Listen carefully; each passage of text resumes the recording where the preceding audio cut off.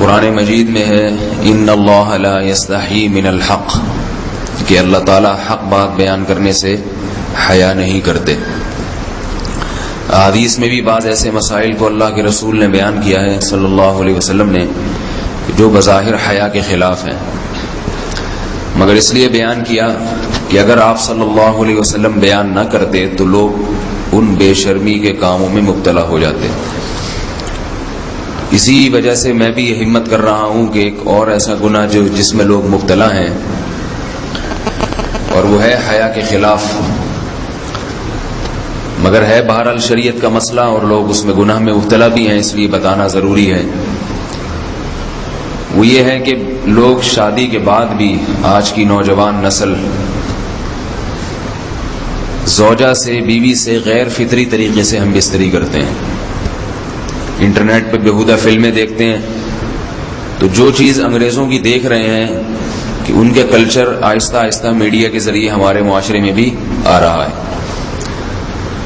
اللہ کے رسول صلی اللہ علیہ وسلم نے لعنت فرمائی ہے، ایک روایت میں ہے کہ اللہ اس کی طرف دیکھے گا نہیں کہ جو اپنی زوجہ سے پچھلے راستے سے ہم بستری کرے گا۔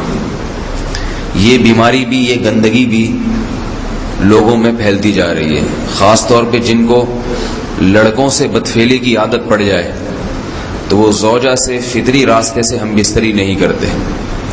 اللہ نے فرمایا کہ نساؤکم حرث لکم، یہ تمہاری زوجات ہیں، بیویاں ہیں، یہ نسل بڑھانے کے لیے ہیں۔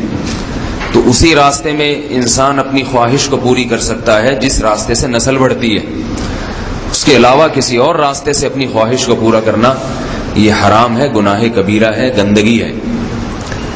ہمارے پاس کیسز آتے ہیں، ایک پاک دامن لڑکی کی شادی ہوتی ہے، لڑکا بھی بظاہر بڑا نیک، لیکن کیا ہے، لڑکا چونکہ ٹھرکی ہوتا ہے، شہوت کا درندہ ہوتا ہے، تو وہ یہ نہیں دیکھتا کہ میں اپنی بری خواہش مٹانے کے لیے میں اپنی زوجہ کو غیر فطری طریقے پر مجبور کیسے کر سکتا ہوں، تو مجبور کرتا ہے پھر اپنی بیوی کو۔ اس میں جو عورتیں زیادہ پاک دامن نہیں ہو، نیک نہ ہو، یا ان کو یہ ڈر ہو کہ طلاق ہو گئی تو ہم کہاں جائیں گے، وہ پھر اپنے شوہر کے ساتھ اسی غیر فطری طریقے پر آمادہ ہو جاتی ہیں، اور اس کا عذاب اور اس کا وبال یہ ہوتا ہے کہ کچھ دنوں میں ان کو بھی اسی کی لت پڑ جاتی ہے۔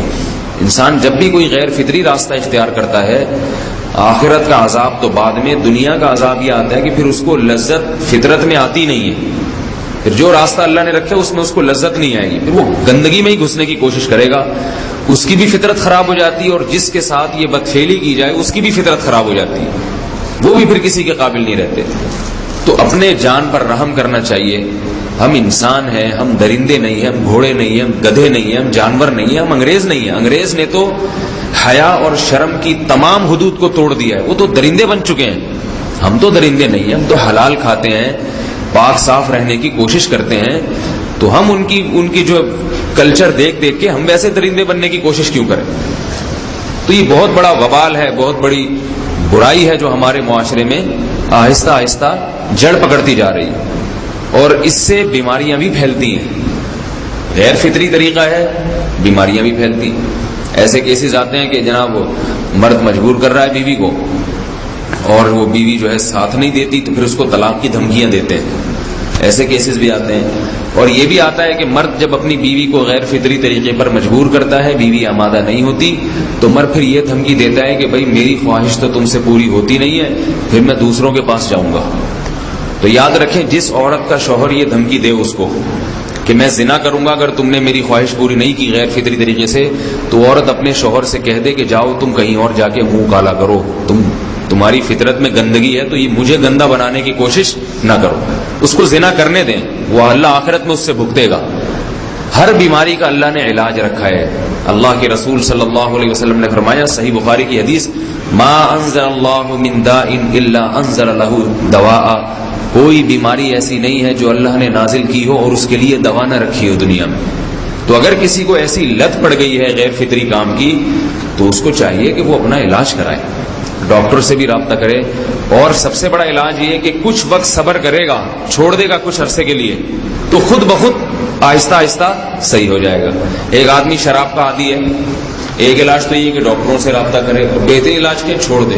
کتنے دن تڑپے گا؟ 1 دن 2 دن 3 دن 4 دن 1 ہفتہ 2 ہفتہ، بہت زیادہ سال ہو جائے گا نا، اس کے بعد خود بہت ٹھیک ہو جائے گا.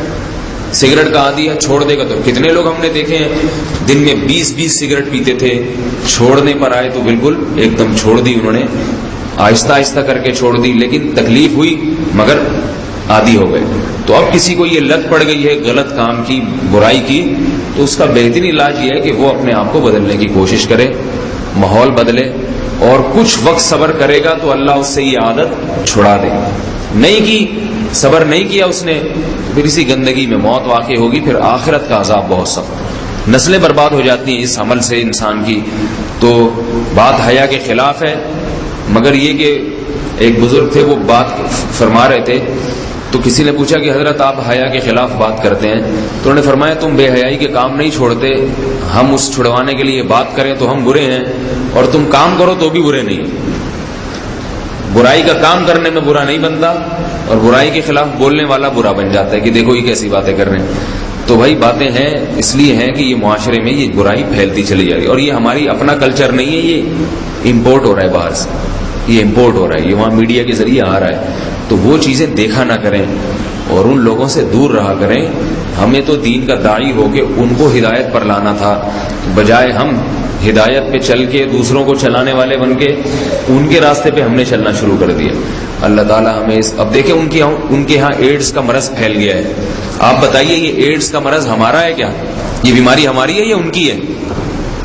ہمارے ہاں بیماریاں ہیں، کھانسی ہے، نزلہ ہے، ٹھیک ہے نا، بلڈ پریشر ہے، شوگر ہے، یہ بیماریاں ہماری ہیں. کوئی اللہ کا شکر ہے گندی بیماری ہمارے ہاں نہیں ہے. جتنی گندگیاں ہیں وہاں سے آ رہی ہیں. ایڈز کا مرض وہاں سے امپورٹ ہوا ہے. وہ ایڈز کا مرض اسی بدفعلی کی وجہ سے پیدا ہوتا ہے، اسی سے جراثیم پیدا ہوتے ہیں، اور اتنا خطرناک مرض کہ ایسے متعدی ایسے پھیلتا ہی. افغانستان میں ایڈز کا ریشو 0 تھا، 0. وہ جانتے نہیں تھے کہ ایڈز کا مرض ہوتا کیا ہے. جب سے امریکن آرمی، برطانیہ آرمی افغانستان میں آئی ہے، فوجی آئے ہیں، افغانوں میں ایڈز کا مرض پھیل گیا ہے. انہوں نے وہاں بدفعلیاں شروع کر دی ہیں. تو وہ تو حالانکہ ان کے لیے زنا کتنا سستا ہے، کتنا سستا ہے نا ان کے لیے زنا، پھر بھی وہ لڑکوں کی طرف مائل ہوتے ہیں. تو اتنی گندگی، ایسا گندا جب انسان بن جائے پھر اللہ اس کے وجود کو برقرار نہیں رکھتے، اور رکھتے ہیں تو پھر آخرت میں سزا دینے کے لیے اپنے آپ کو ان گندگیوں سے بچانا چاہیے، حلال پہ اکتفا کرنا چاہیے. اللہ تعالی ہمیں حلال پہ قناعت کی توفیق عطا فرمائے اور پاکیزہ لوگوں میں ہمارا شمار فرمائے.